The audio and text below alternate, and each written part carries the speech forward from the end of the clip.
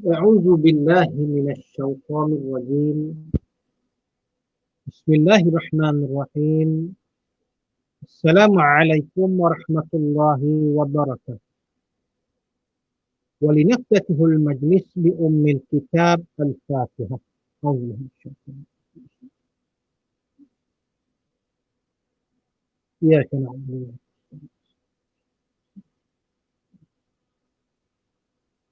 الحمد لله رب العالمين، والصلاة والسلام على أشرف الأنبياء والمرسلين وعلى آله وأصحابه أجمعين. سبحانك لا علم لنا إلا ما علمتنا إنك أنت العالم الحكيم. رب اشرح لي صدري ويسر لي أمري واحلل عقدة من لساني يفقه قولي. قال رسول الله صلى الله عليه وسلم: من سلك طريقا يلتمس فيه علما سهل الله له طريقا إلى الجنة أو كما قال. Yang membawa maksud barang siapa yang mencari jalan. Yang mana jalan yang dicarinya itu membawa dia kepada ilmu. Maka Allah SWT akan memudahkan baginya jalan menuju ke syurga insya-Allah. Alhamdulillah. Sidang hadirin, penonton, pendengar yang dirahmati Allah, kita dapat bersama pada malam ini. Dan saya mengucapkan terima kasih pertamanya kepada Abang Abu Bakar Osman dalam page dia, Facebook dia, kita bersiaran malam ini. Tak lupa kepada pihak channel audio kuliah dan juga pihak Akademi Al-Quran Miftahul Jannah yang dikelolakan oleh Ustaz Rashdan, Al-Fadhi Ustaz Rashdan. Malam ini tuan-tuan rahmati Allah, insya-Allah kita akan membacakan suatu hadis Nabi sallallahu alaihi wasallam. Pada tajuk kita malam ini macam tajuk lagu, ramai orang yang tanya dengan saya, Ustaz, tajuk Ustaz malam ni di sini menunggu, di sana menanti, tu macam ya lagu, ialah lagu balada kumpulan rock UK tu. Tuan-tuan. Kadang-kadang tajuk mesti power. Bila tajuk power, ayat power, baru orang nak tengok. Tuan-tuan ya. Pasal apa? Tajuk tu kadang-kadang menarik perhatian kita. Al-Mawdu' kadang-kadang dia menarik perhatian kita untuk mendengar. Tuan-tuan rahmati Allah, saya bukan nak bawa tajuk ini atas dasar nama cinta dah. Seumur hidup aku ini yang pertama. Bukan itu, bukan itu. Ya. Tapi malam ni saya nak bawa hadis Nabi yang menceritakan tentang penantian arwah. Allahu Rabbi. Bila kita mati ni tuan-tuan, kata Nabi, qala Rasulullah sallallahu alaihi wasallam, yatba'ul mayyita salasatun. Fayarji'u isnani wa yabqa ma'ahu wahidun. Yatba'uhu ahluhu wa maluhu wa amaluhu. Fayarji'u ahluhu wa maluhu wa yabqa amaluhu. Yang bermaksud bila kita mati ni tuan-tuan, yang akan mengikut kita ke kubur ni ada 3 benda. Allahu Rabbi tuan-tuan. Ada 3 benda yang akan mengikut suatu jenazah. Seorang yang menjadi jenazah atau seorang yang sudah mati. Maka ada 3 perkara yang mengikutnya ke kubur. Fayarji'u isnan, tapi 2 daripada yang mengikutnya itu akan balik. Ini kata Nabi. 2 daripada 3 yang mengikut kita ke kubur ni tuan-tuan, dia akan balik. Wa yabqa ma'ahu wa'idun, yang tinggal bersama dengan kita hanyalah 1 benda sahaja. 1 perkara sahaja. Apa dia yang balik ni tuan-tuan? Yang ikut 3 ni asalnya iaitu yatba'u ahluhu wa maluhu wa amaluhu. 3 benda yang ikut kita ini, pertama ahluhu, keluarga. Yang kedua maluhu, harta. Ini tuan-tuan. Macam mana Ustaz? Yang dikatakan Getah tu ikut kita. Mana pula kita tanam dengan not RM100, ya. Mana pula kita ditanam dengan meh. Mana pula kita ditanam dengan barang-barang kemeh. Mana pula kita ditanam Ustaz dengan getah benda. Tak ada. TV LED tu pun tinggal di rumah Ustaz. Kita tanam tu sorang-sorang. Baju pun pakai kain kapal je. Nanti dulu Ustaz akan terangkan. Sabar. Wa amaluhu, dan amalannya. Fayarji'u ahluhu wa maluhu. Maka yang akan balik ialah keluarganya. Wa maluhu, dan hartanya. Wa yabqa amaluhu, yang tinggal menemani kita, yang menyelamatkan kita, menjadi syafaat kepada kita dalam kubur alam barzakh yang gelap gelita itu adalah amalan kita semata-mata yang akan menemani kita.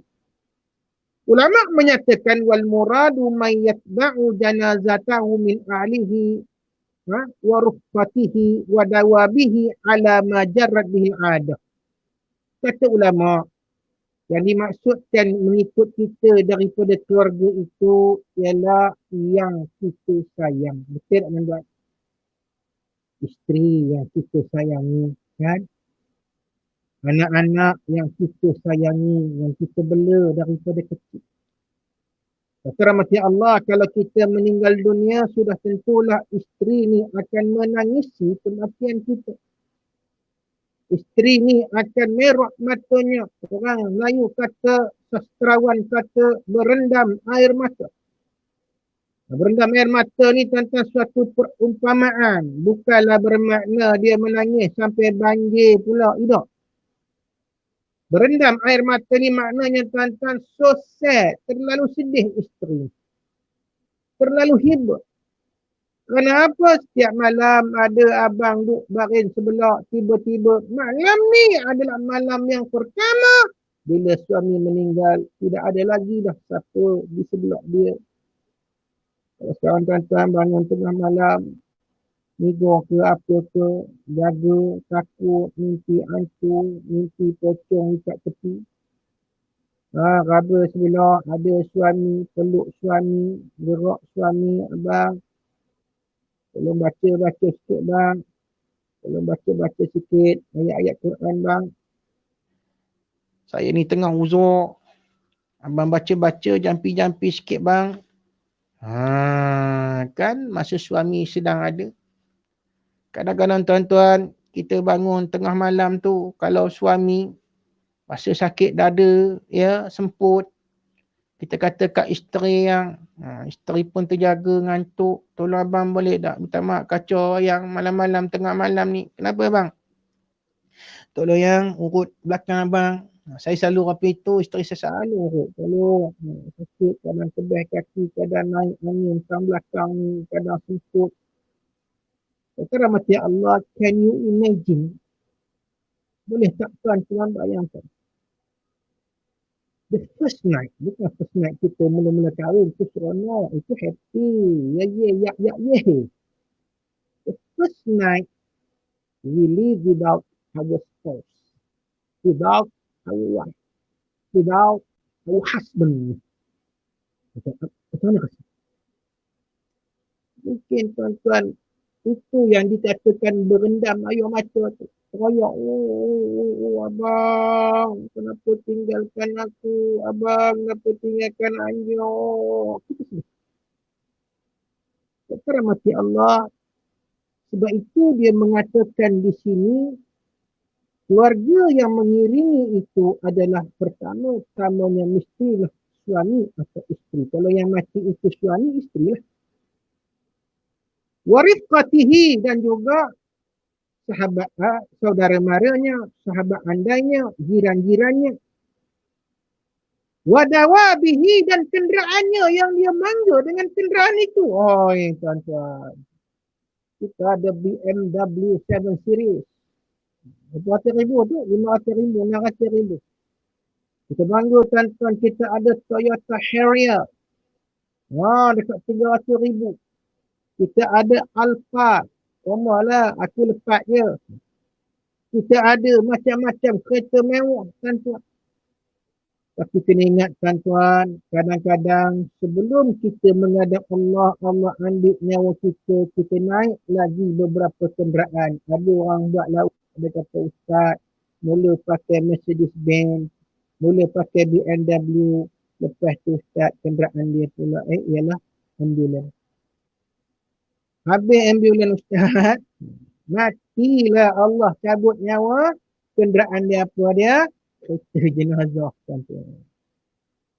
Daripada kereta jenazah tu pula, orang bawa ke kubur. Allah badan berat tuan-tuan. Jangan marah betul orang yang menengah-menengah ni dah. Ini semua slim-slim belaka. Badan berat tuan-tuan. Sampai 100 kilo lebih. Maka orang tak larat nak nyandornya. Orang tolak dengan kereta sorong. Tuan-tuan ada tengok ya di kampung-kampung banyak kan. Kereta sorong yang ada 4 tayar tu. Allah. Nyolok tu pula tuan-tuan gelong. Ya Allah tayarnya gelong. Weh jenuh mengawalnya. Nolak kanan kiri. Oh jaga-jaga. Oh jaga-jaga. Kata orang di depan. Kerana masih Allah yang nolak tu sampai 8 orang. Semua kenderaan ni akan balik tuan-tuan. Anak kita bawa kereta mewah kita. Ya, bawa kereta mewah kita. Sebab apa? Nak pergi mengiringi jenazah kita tak naik kereta mewah dah tuan-tuan. Tak naik Mercedes-Benz yang kena bangga tu. Tak naik BMW yang kena rasa mantap tu. Tak naik dah.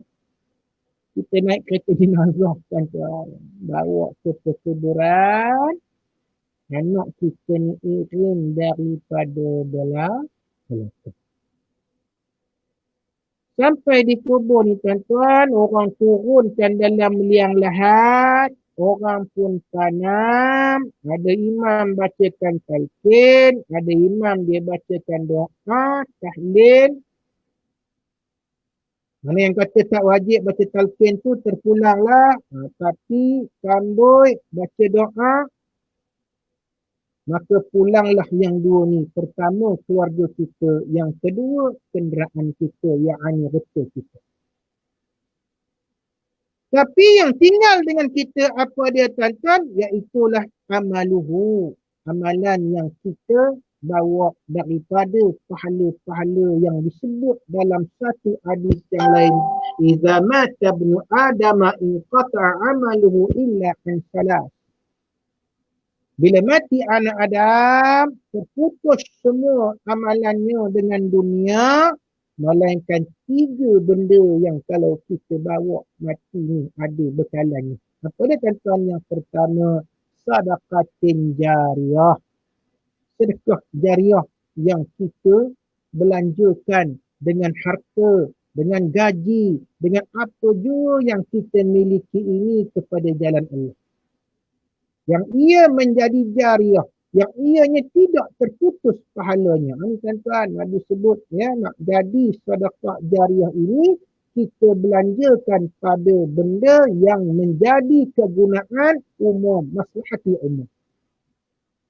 Kita buat tempat ya orang nak beribadat, kita wakaf kepada masjid, tanah tu kita wakaf jadikan tahfiz. Tuan-tuan, ambil duit kita sikit, kita bagi pada Ustaz Rusdan. Contohnya Miftahul Jannah. Ustaz, ini duit saya. 5,000 ni, saya nak belikan rehal, saya nak belikan Quran. Saya bagi pada pelajar Ustaz, supaya mereka senang menghafal. Tuan-tuan rahmati Allah, jariah masuk di sini selagi mana pelajar ini menggunakan Quran itu, menggunakan rehal itu, maka pahalanya akan berjalan kepada kita.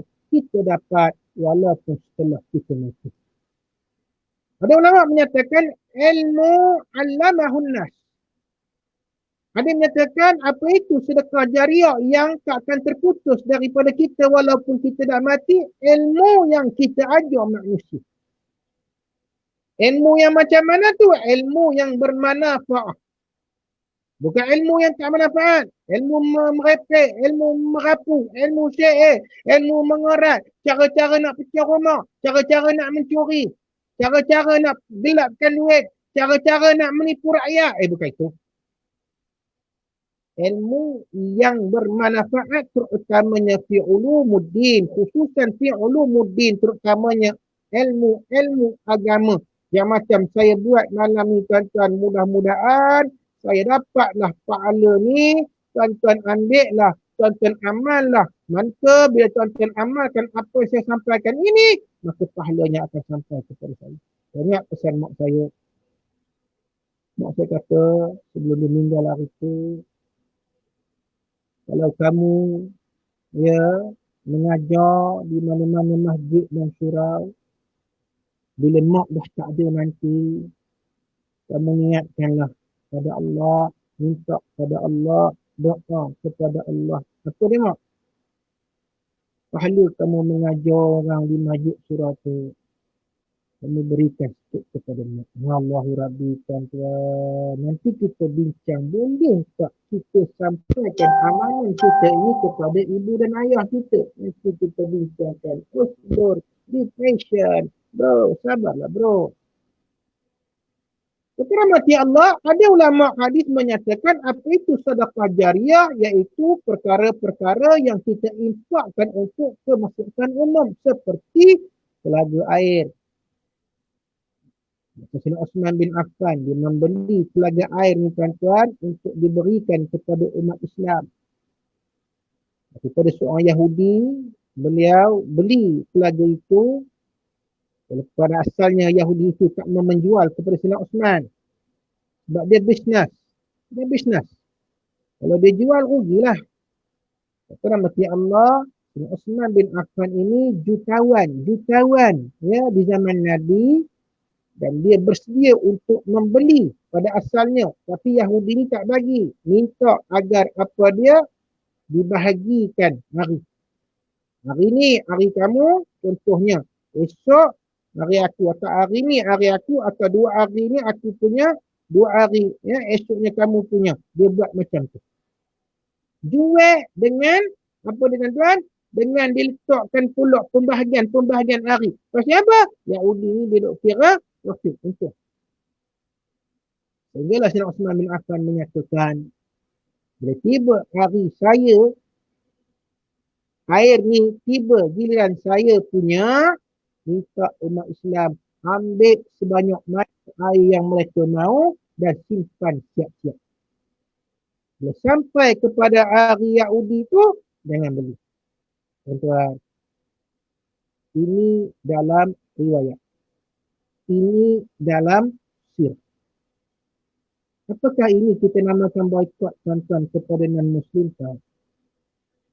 Islam tidak melarang kita bermuamalah dengan non-Muslim. Tapi mestilah bersih daripada unsur-unsur yang diharamkan oleh Allah SWT. Iaitulah riba. Riba ni tuan-tuan banyak. Dan salah satu yang dikatakan asas yang menjadi riba ni apa dia? Selain daripada harga yang dinaikkan, hutang yang dibayar berganda-ganda, iaitulah unsur-unsur penindasan. Bila ada unsur penindasan, ba'dul ulama, wa za'aba ba'dul ulama, bila ada apa dia? Unsur-unsur zulm, unsur-unsur penindasan dan kezaliman, itu juga termasuk dalam riba. Maka ketika itu tuan-tuan, kena tidak bermuamalah dengan orang-orang yang sebegini. Kita ingat tuan-tuan, jangan tak faham. Bukan sebab kita nak dahulukan produk Muslim, bukan sebab kita nak boikot non-Muslim, no. Islam tak larang, saya ulang sekali lagi. Tuan-tuan kata saya provoke, no. Islam tidak larang bermuamalah dengan non-Muslim selagi mana mereka mengikut apa yang diajar oleh Islam. Apa dia? Tak boleh melakukan penindasan, kezaliman, bayaran berganda dan sebagainya. Itu termati Allah. Akhirnya Yahudi ni bila tengok berlaku keadaan ini, dia menjual seluruh telaga itu kepada Sayyidina Osman bin Affan. Maka umat Islam tuan-tuan pada masa itu mendapat manfaat daripada telaga ini. Maka selagi mana orang minum telaga ini tuan-tuan, maka orang yang membelinya atau orang yang mewakafkannya, ia mendapat manfaatnya. Tuan-tuan ada tanah, anak 10 orang, contoh. Belum mati lagi, dengar demo dah berebut. Orang ni kata gini, orang ni kata kita jual dapat tanah. Alung kata kita jual pun dapat dalam 30,000. Satu angah pula kata, 30,000 tu banyak tu. Aku pula kata, dalam 30,000 tu kita nak bahagi. Cukup ke kalau 10 orang 30,000, berapa sangat yang kita dapat? Dalam banyak-banyak anak ni tuan-tuan, ada anak yang kelima ni tengah-tengah. Ya, akulah. Aku nak yang kelima. Pergi diri sendiri. Anak yang kelima kata apa dia? Jangan berebut. Kalau kita sayang pada ibu dan ayah kita, tanah ni abang rasa kita wakaf. Kita wakaf. Kita wakaf, kita buat tahfiz. Oh, tuan-tuan cadang.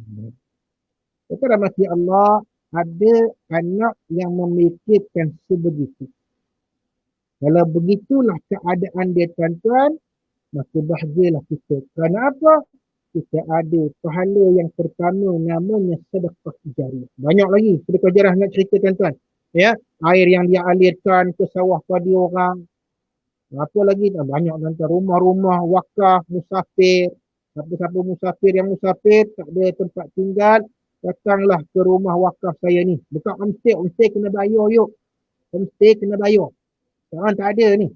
Rumah wakaf yang tuan, siapa-siapa yang tak ada penginapan, sewa hotel tak mampu, nak homestay pun tak ada duit, maka datanglah rumah wakaf musafir ini, duduklah di sini tanpa dibayar.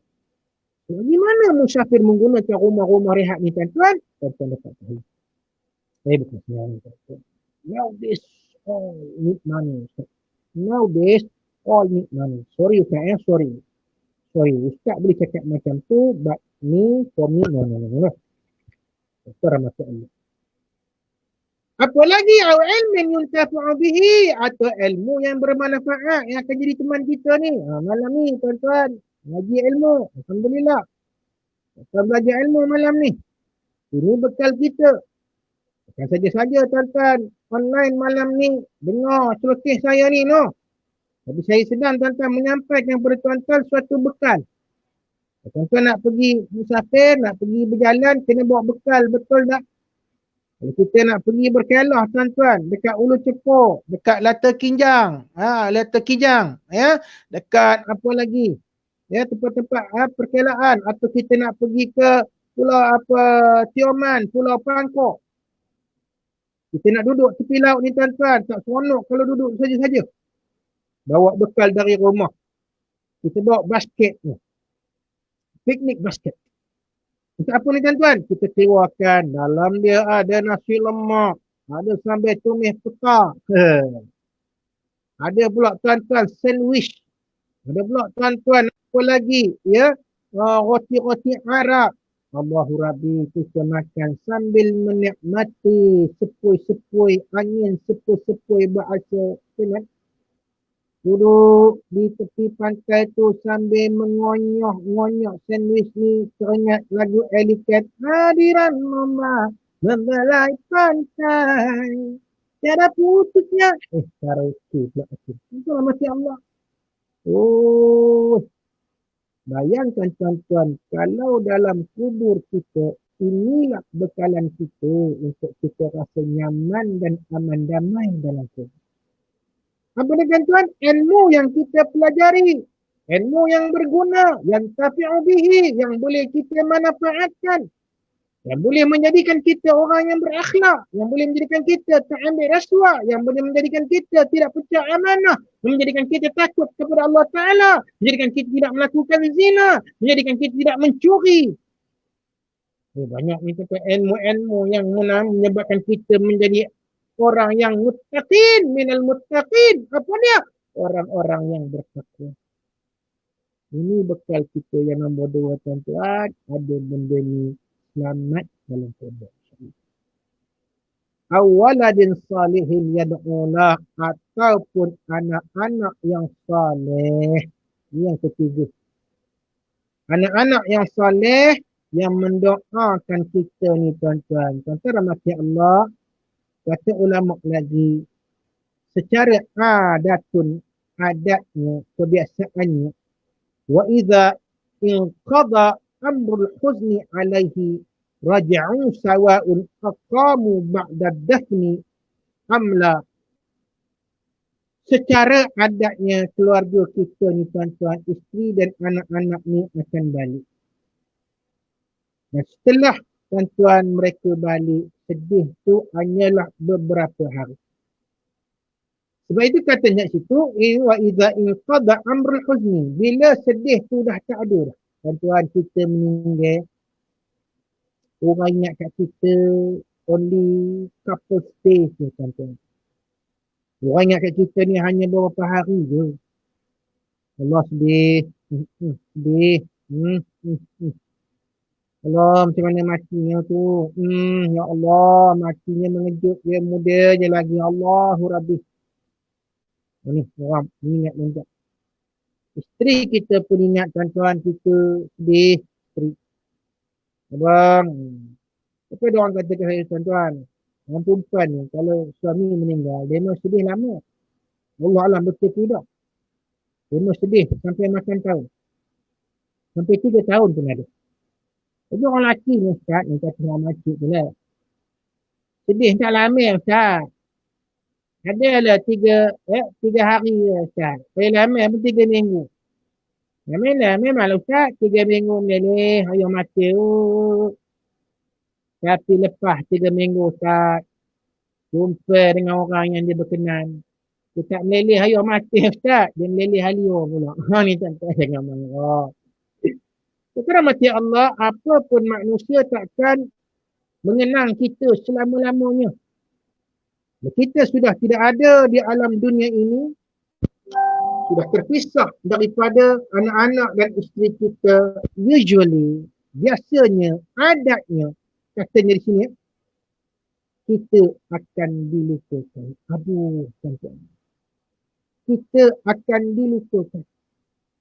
Bila orang ingat kita ni tuan-tuan, bila anak ingat kat bapak ni, bila isteri ingat kat suami ni, bila satu hari di hari raya, pagi raya tuan-tuan, datang, duduk rumput, baca doa.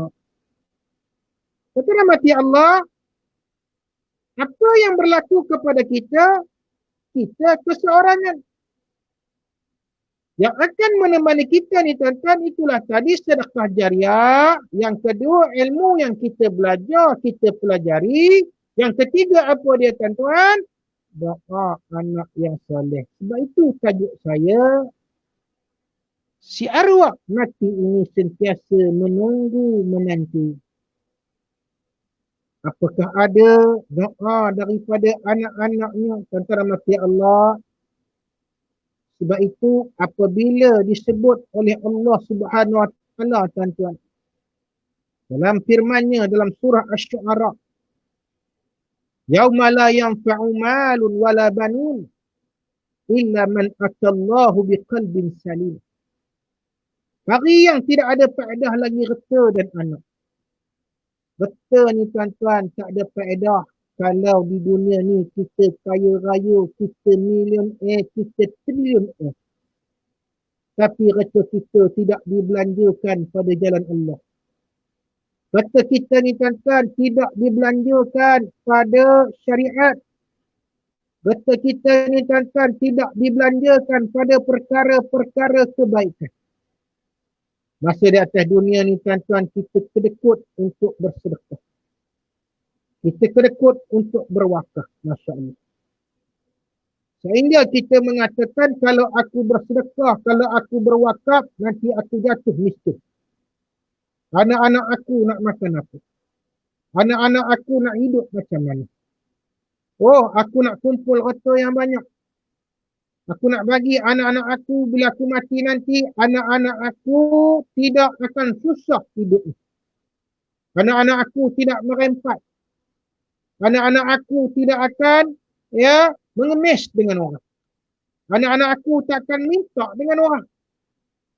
Terhormati Allah, rupa-rupanya kita itu tidak ada faedah di akhirat ini. Tidak boleh menolong kita dalam kubur dan juga di akhirat, tuan-tuan. Kerana apa? Kerana kita lupa nak menjadikan anak-anak kita itu anak-anak yang saleh. Ini kena ingat, tuan-tuan. Jaga-jaga, tuan-tuan. Kita lupa, tuan-tuan, nak suruh anak-anak kita ini menjadi anak yang saleh. Apa itu anak-anak yang saleh ni, tuan-tuan? Disebut sebagai ulama. Kita ajar mereka ni, tuan-tuan. Apa dia? Dengan wattaqu ma'asi Allah, dengan takut dalam membuat maksiat kepada Allah. Atau wamurru ahlikum bizikri, suruh anak-anak ini untuk mengingati Allah. Murru auladakum bisalah, suruh anak-anak kamu mengerjakan salat. Wahum abna sab'i sinin, ketika mana mereka berumur 7 tahun. Wadribuhum, boleh pukul mereka. Pukul bukan litakzib, bukan untuk menyeksa. Litakdib, untuk memberi ingatan. Apa dia? Kenapa tak semayang? Ayah dah suruh semayang sejak kamu 7 tahun. Sekarang umur kamu dah 10 tahun. Kamu tak semayang? Mari sini, Abah nak bagi hukuman. Ulama menyatakan harus dengan syarat pukulan itu bukan pukulan yang menyeksa dan mencederakan. Afdalu, kata ulama lagi, yang lebih baik jangan pukul fizikalnya, jangan kita ad-darbul jasadiyah, jangan kita pukul pada jasadnya, tapi pukullah pada hatinya. Itu kalau yang tak biut. Tahu biut? Tak degil. Orang Perak kata biut. Yang jenis biut ni, tuan-tuan, macam aku dulu, memang kena rasa. Tengok zaman kita, tuan-tuan. Botan ni, ayah tu garang. Garang. Angkat sajan. Setelah Melayu. 5 Melayu. Garang. Niseng. Benda nalir tu. Kalau main hujan ni, tuan-tuan. Sonok ni. Wah. Dia naik dia rumah. Dia tunggu kat pintu tu. Tangan dia letak belakang. Tuan-tuan rahmati Allah. Psikologi budak-budak zaman kita dululah. Bila mak, abah, tangan kat belakang, ayo. Very big trouble. Piak, dia bagi. Piak, dia bagi. Betul tak, tuan-tuan? Dapat 3 liang. Angkat sajen. Nombor 1 yang terbalik tu, sajen meja. Kita rahmati Allah. Tapi sekarang jadi orang. Sekarang jadi ustaz. Dulu, Allahu Rabbi, tuan-tuan. Kalau tak ada didikan ini, tuan-tuan, kita tak akan jadi anak Islam. Sebab itu, kata rahmati Allah, Syekh Abdullah Nasir Alwan mengatakan, kalau nak jadikan anak ini soleh, harta yang sebenar-benar boleh menyelamatkan kita ini bukan duit, bukan note bank tu. Bukan tanah, bukan ladang, bukan kambing-kambing kita yang banyak tu. Sampai 10 kandang kambing kita. Tetapi harta kita ni, tuan-tuan, apa dia yang akan menyelamatkan kita di akhirat. Pada hari yang tidak ada lagi dah. Betinya reta kalau kita kaya raya kat dunia, tuan-tuan, tapi miskin ibadat, miskin akhlak, miskin amalan. Tapi tak ada faedah. Kata Allah, tak guna dah. No use. Kata Allah, kata Syekh Allah Syahluan, yang pertama sekali saya kongsikan secara ringkas. Anak ini, tuan-tuan, kita mesti at-tarbiyatu bil qudwatil hasanah. Anak ini, tuan-tuan, kata Syekh Abdullah Nasir Alwan dalam kitab Tarbiyatul Aulad fil Islam, didik anak ini pertama dengan idola ikutan yang baik. Siapa ikutan yang baik, tuan-tuan? Katakan alakum fi rasulillahi uswatun hasanah liman kana yarjullah wa yawmil akhir. Allah Ta'ala memberi tahu kepada manusia, kalau nak cari idola yang terbaik, maka itulah Nabi SAW. Siapa yang nak selamat dunia dan akhirat, siapa yang nak mencari keredaan Allah, jadikan Nabi SAW sebagai idola. Anak kita tuan-tuan, kalau idolanya itu pelakon Korea, artis Korea, gitu. Anak kita ni tuan-tuan, kalau idolanya itu siapa dia yang pandai kungfu, yang pandai gusti dalam WWF tu, kan WWF tu. Tengok dah aku zaman lama dulu. Zaman apa Andre the Giant. Zaman Hogan dulu kan. Kan WWE kot ya. Aku tak tahu. Aku tak tengok dah. Malas tengok yang pakai sepeda but tinggi tu. Bosan. Kita macam Allah. Kalau itulah idola anak kita, memang sampai ketua kita digusti duk memang. Kalau anak kita tuan-tuan, idolanya ialah pelakon-pelakon ganas, pelakon-pelakon yang rasa handsome berbenar. Pelakon-pelakon tuan-tuan yang rasa diri dia apa benda idola-idola kegilaan para wanita, maka playboy lah anak kita. Macam mana tuan-tuan anak-anak ini nak menyelamatkan kita di akhirat nanti. Carilah idola yang baik. Yang kedua, at-tarbiyatu bil adatil hasanah. Ajak anak-anak ini, didik anak-anak ini dengan kebiasaan-kebiasaan yang baik. Solat jemaah. Anak ni baca Quran tuan-tuan, ni bukan senang. Saya pun bukan senang nak buat yang tuan. Kadang kita pun tuan-tuan rasa macam sampai hati nak suruh anak ni baca Quran. Tapi yang biasa kita buat tuan-tuan, tanya dia, dah semayang ke belum? Betul tak betul? Dah semayang belum? Semayang. Kan dah masuk waktu dah kan? Dah berapa lama dah? Masuk waktu ni dah lama dah, setengah jam kan? Dah sejam kan? Dah semayang belum? Kita panggil anak kita. Nama ni abang, adik. Di sini. Dah semayang belum? Kita memerhatikan mereka tuan-tuan. Pakaian mereka ni macam mana? Tunjukkan mereka adatil hasanah tuan-tuan. Kebiasaan yang baik. Orang Islam, orang mukmin pakai macam ni. Jangan ketat, jangan nampak hala punggung tu. Jangan nampak belah dada tu. Tuan, macam benda yang kita kena jaga.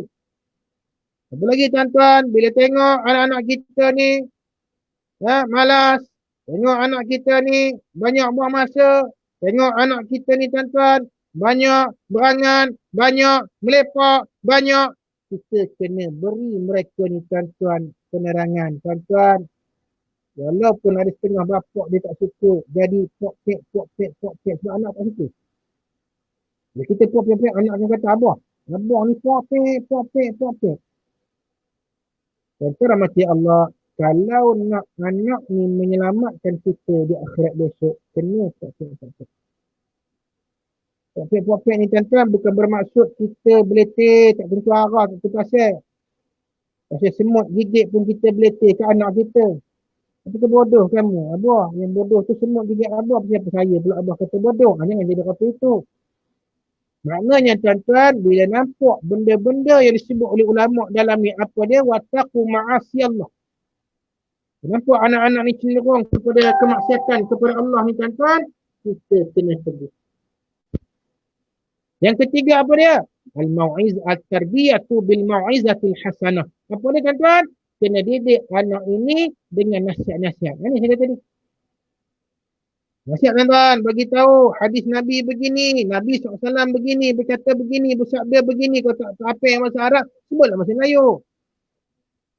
Tapi jangan tuan-tuan, Nabi melarang dan pernah Nabi bersabda. Lepas tu naik mata putih, tak ingat. Apa nama. Ini tu. Baca mafhum. Nabi SAW menyatakan apa dia? Tuan-tuan, beritahu. Ya, iyakum, jangan kamu wal julus fi turuq. Jangan kamu duduk lepak-lepak di tengah jalan sehingga kamu memberikan hak jalan. Anak-anak kita kan suka duduk lepak-lepak, kadang dengan motor dengan apa tu orang lalu nak masuk taman tu susah. Kita pula tak kisah. Asalkan anak tak dekat rumah, tak ngacau aku, jalan. Lagi pula kunci motor, nak ambil motor abah, rambut-rambut. Abah Ya, Abah tak nak. Ya, kamu ada di rumah. Abah banyak kerja nak buat. Abah nak ketenangan. Abah tak nak dengar kamu bising-bising. Mana ambil kunci motor. Pergi menyongkit. Tuan-tuan. Apa berlaku tuan-tuan? Kita kena bagi tahu pada anak.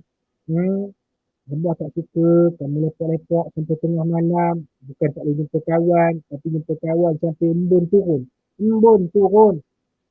Masih embun pun dah turun dah balik dah. Tapi ni embun turun.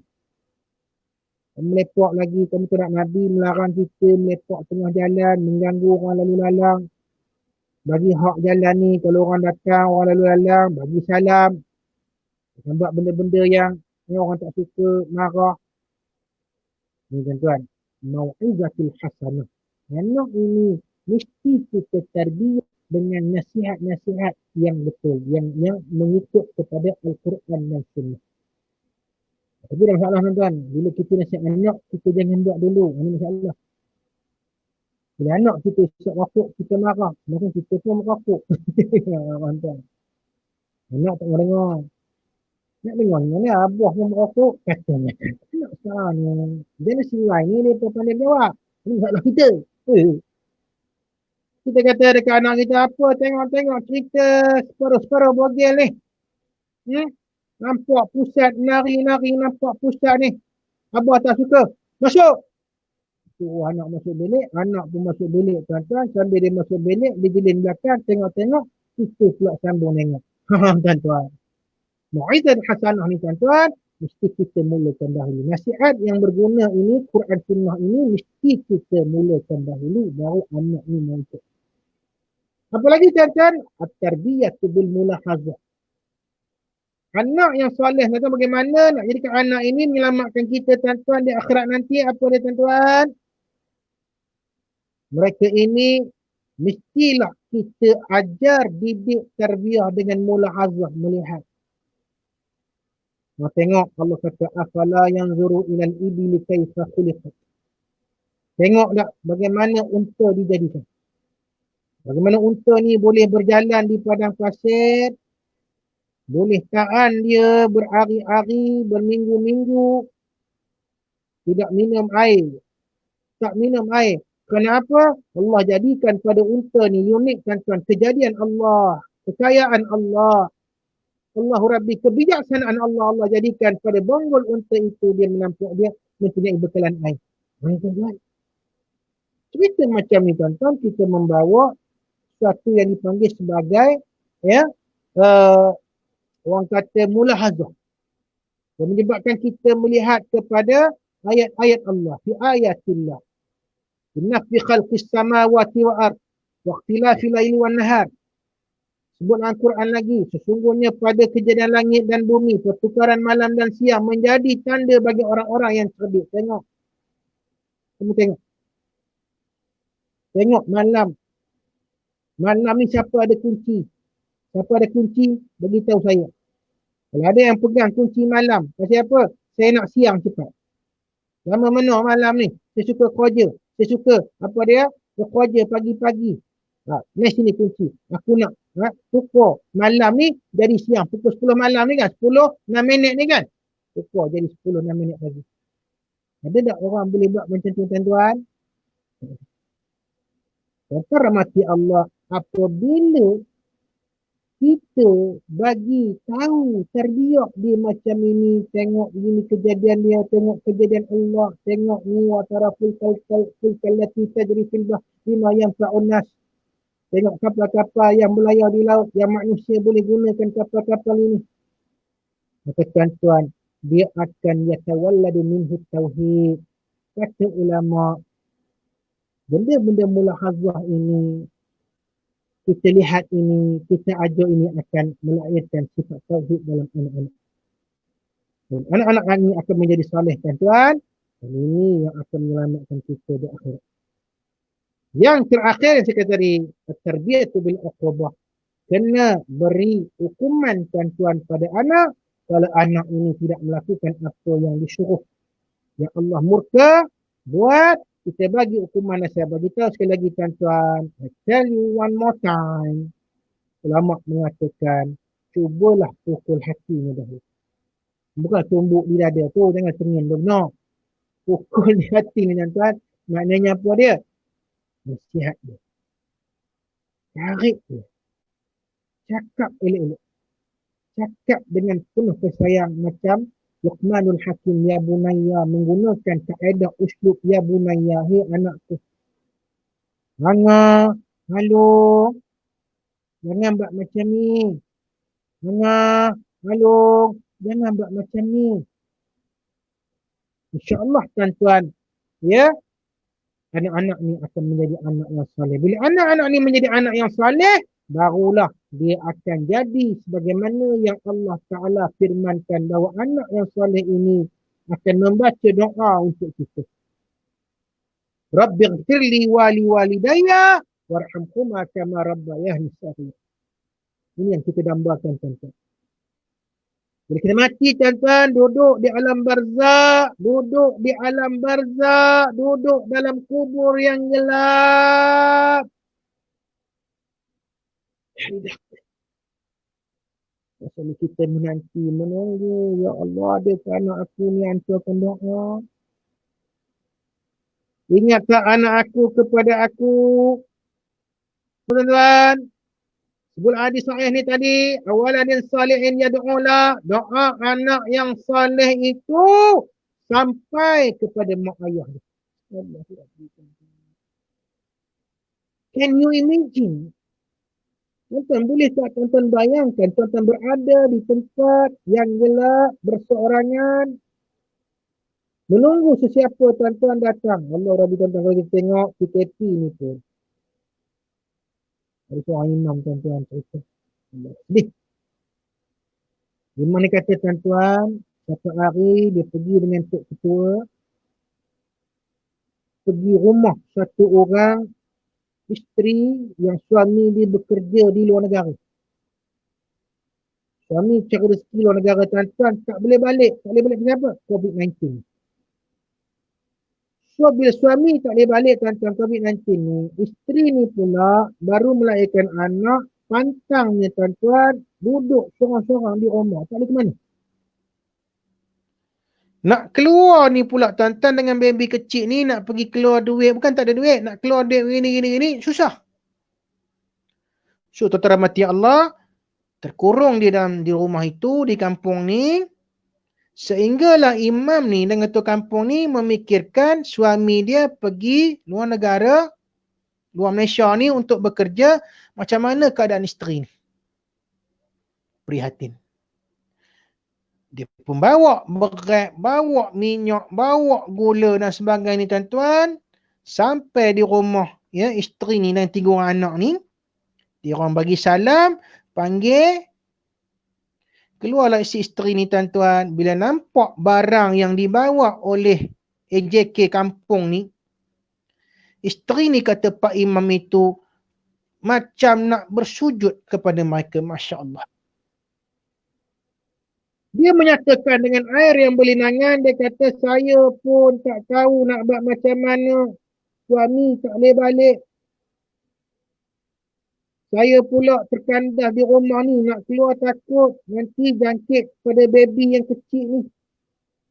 Saya menunggu, berdoa, menunggu. I'm waiting. Pun ada orang ingat kat saya, bagi saya makan. Adik saya pun dah tak ada pampers dah. Pakai kain je. Basuh. Pakai balik. Nasi pun dah tak ada banyak dah. Bekas ni Encik buat bubur kanji. Buat bubur. Air nasi tu bagi anak-anak ni minum. Susu dah tak ada. Dia datang mereka ni tuan-tuan bawa susu, bawa pampers, bawa bekas. Sujud. Tuan-tuan ni tadi. Mengucapkan terima kasih. Terima kasih lah. Terima kasih. Betul untuk Allah bayangkan. Kalau di dunia kita menanti bantuan, kita menanti sesuatu nikmat ini, bagaimana dalam kubur tuan-tuan kita menanti doa daripada anak-anak. Allah kata anak yang soleh ni apa dia? Yang dapat tarbiyah ni apa dia tuan-tuan? Dia akan baca Allahumma firli zunubi. Ya Allah ampunkan dosaku. Berkat dengan ilmu yang ayah aku beri, ibu aku didik, nasihat, aku menjadi orang yang takut nak buat dosa. Ampunkan dosa aku, ya Allah. Wali-wali daya. Dan kedua, ibu bapa ku. Ibu bapa ku sudah ada, ya Allah. Sudah meninggal. Jadi mak saya dah tak ada, tuan-tuan. Kita berdoa kepada Allah SWT, ya Allah, ya Tuhan. Ampunkan dosa kedua ibu bapa ku. Kama rabbayani saghira. Bagaimana mereka mendidikku kecil-kecil dengan agama. Menasihati aku dengan akhlak. Menasihati aku dengan kata-kata nasihat daripada Nabi SAW. Menegur perbuatan-perbuatan aku yang tidak betul. Allahumma ya Allah. Harta yang ditinggalkan kepada aku ini ya Allah. Aku ingin infakkan, nafkahkan kepada mereka yang memerlukan ya Allah. Allahumma ya Allah. Walaupun aku tak mampu nak beri semua ya Allah. Tapi ada bahagian daripada harta ayah ibuku ini ya Allah. Aku infakkan kepada jalanmu. Kau terimalah harta ini ya Allah. Yang datangnya daripada ibu dan ayahku. Allahumma ya Allah. Ampunkanlah mereka. Selamatkanlah mereka dalam kubur. Selamatkanlah mereka di akhirat nanti. Tuan-tuan rahmati Allah. Benda ini sampai kepada arwah ibu dan ayah kita. Ini kata jumhur ulama. Berdasarkan kepada hadis Nabi SAW. Kalau kita banyak reta tuan-tuan. Tapi anak tidak menjadi soleh malah. Kita banyak reta tuan-tuan. Kita banyak simpanan duit. Anak kita pergi joli. Kita ada tanah tuan-tuan. Kita ada banyak tanah. Anak kita jual tuan-tuan. Anak kita jual pada orang yang tidak membuat pahala dengan tanah tersebut. Masya Allah. Mungkin tanah itu jadi pusat karaoke. Mungkin tanah itu jadi pusat judi. Mungkin tanah itu tempat menjual minuman keras. Duit tuan-tuan kalau kita bagi pada anak tanpa menjadikan dia anak yang soleh, tanpa ada dikan agama, tanpa ada nasihat, tanpa ada ikutan yang dia nak ikut. Kita hamburkan reta kepada anak kita tuan-tuan. Kita ingat supaya anak kita tak mengemis. Anak kita tak susah. Rupa-rupanya dia menyusahkan kita di akhirat. Kenapa tuan-tuan? Dia membuat maksiat dengan reta tersebut. Habis. Dengan kereta BMW yang kita tinggalkan pada anak ni tuan-tuan. Anak-anak ni pergi ngangkut anak dara orang. Habis. Dengan rumah kita yang besar ni tuan-tuan. Anak-anak ni buat parti. Bukan buat usra. Bukan panggil anak-anak yatim baca Quran. Bagi makan anak-anak yatim orang miskin. Anak kita pergi buat parti.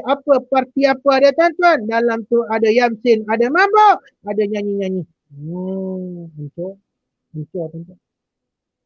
Sebab tu tuan-tuan rahmati Allah. Ayah saya pernah berpesan. Ayah saya kata, Abah tak banyak tinggalkan reta untuk kamu. Tapi reta yang Abah rasa paling besar Abah bagi kamu. Apa dia?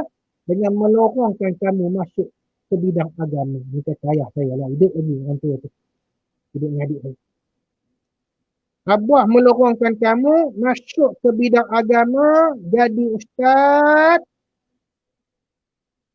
Itu nama kamu pun lain daripada adik-adik yang lain. Dia kata bapak saya pula. Abah yang pertama nama Nasaruddin, yang kedua Isyamuddin, yang ketiga Iqaudin, yang keempat Jalaluddin, yang kelima Ahmad Munawir. Apa benda lain benda? Macam cerita ugly dog je, dia seekor je yang beza. Bawah saya, Din balik. Zahiruddin, Aizuddin. Rupanya kata mak saya, bapak saya ni pilih. Ya. Ahmad Munawir ni sebab dia terkenangkan penceramah, pemidato di Indonesia zaman tu tahun 1974. Itu dia tuan, Syekh ya, Munawwir Syajili. Dia mengatakan dia Menteri Agama Indonesia. Jadi ayah lorong kamu ke agama supaya kamu nanti menjadi syafaat kepada mak dan bapa, ya, mak dengan abah. Secara mati Allah, tuan-tuan ada tak wawasan pelaburan akhirat? Bagi mereka yang masih ada anak yang boleh didik ni lagi, maka saya nak tanya ibu bapa yang masih ada anak ni, yang masih boleh didik ni, ada tak wawasan nak jadikan anak ni aset kita di akhirat, yang menyelamatkan kita di akhirat? Hari yang tidak boleh menyelamatkan kita apapun, kata Allah Ta'ala tadi, illa man atallah biqalbin salim, melainkan apa dia orang yang datang kepada Allah ini dengan hati yang tenang. Bagaimana tenang hati ini? Apabila hartanya itu dibelanjakan pada jalan yang betul. Yang kedua, ilmu dicari sebanyak-banyaknya dan dimanfaatkan untuk dirinya menjadi orang baik, orang soleh. Dan yang ketiga, anak-anak ini dididik dengan didikan agama, tuan-tuan. Supaya apa, tuan-tuan? Kita tidak ternanti-nanti di alam barzah, alam kubur. Anak aku tak berdoa ke untuk aku. Tak ada ke apa amal jariah yang boleh disampaikan kepada aku. Masya Allah, tuan-tuan. Sebab itu, jagalah anak-anak itu. Ya ayyuhallazina amanu qu anfusakum wa ahlikum nara, wahai orang-orang yang beriman, jagalah dirimu, hartamu, amalanmu, perbuatanmu, bukan dirimu saja, wa ahlikum nara, dan keluargamu daripada api neraka. Dan para malaikat yang duduk dalam neraka itu tidak mesra dengan orang yang melakukan dosa ni, tuan-tuan. Bengis, sebegini-bengis. Rahmati Allah, bagaimana kita nak berhadapan dengan Musa dan Nakir? Dia akan bertanya soalan kepada kita bertalu-talu, bertubi-tubi. Kalau tak ada 3 bekalan ni, tuan-tuan. Bagaimana, tuan-tuan, bila kita dibangkitkan nanti kita nak berhadapan dengan Allah Ta'ala, bila Allah tanya macam-macam benda yang kita buat, kantoi, kata budak Sarah. Melainkan 3 amalan ni, tuan-tuan. Sebab itu pertama Allah, kita ingat tajuk ni balik, di sini menunggu. Ingat, arwah-arwah yang sudah meninggal ni menunggu. Menunggu apa dia, tuan-tuan? Mak ayah kita menunggu apa dia? Amalan-amalan baik yang kita buat, kita niatkan agar Allah sampaikan kepada mereka. Dan di sana menanti. Apa dia menanti, tuan-tuan? Sebelum nak menanti bidadari itu, akan menanti satu lagi. Kalau tak lulus, apa dia? Azab Allah sedang menanti. Walhamdulillah. So, itulah benda-benda, tuan-tuan. Mudah-mudahan apa sampaikan pada hari ini, malam ini, dapat beri pengajaran kepada kita bersama, tuan-tuan. Terima kasih saya ucapkan kepada Abang Pak Osman, kepada channel Audio Kuliah dan juga Akademi Al-Quran Miftahul Jannah, sudah kelaan Ustaz Osdan. Atau tuan-tuan, sebagaimana saya katakan tadi, tuan-tuan mempunyai lebihan harta, kelebihan yang Allah bagi, maka infaklah di jalannya. Tuan-tuan ya, kita tak boleh tinggalkan pada anak-anak, tuan-tuan, tinggallah pada anak-anak, pada masalah. Tapi jangan sampai kita melupakan untuk bekal kita di akhirat. Allah Rabbi, tuan-tuan, bila kita berdoa kepada Allah, agar Allah menjadikan kita orang-orang yang beriman. A'udzubillahi minasyaitonirrajim. Bismillahirrahmanirrahim. Alhamdulillahi Rabbil Alamin. Hamdan wafi na'amahu wa yukafi'u mazidah.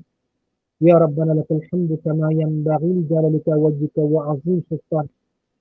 Allahumma ja'alna minal muslimin wal mu'minin wal muqimin, minal mustaghfirin, minal muqimin as-salat, minal mu'addin az-zakah, minal mutasaddiqin, minal syuhada'i was-salihin, wa hasna ula'ika rafiqa ya Rabbal Alamin.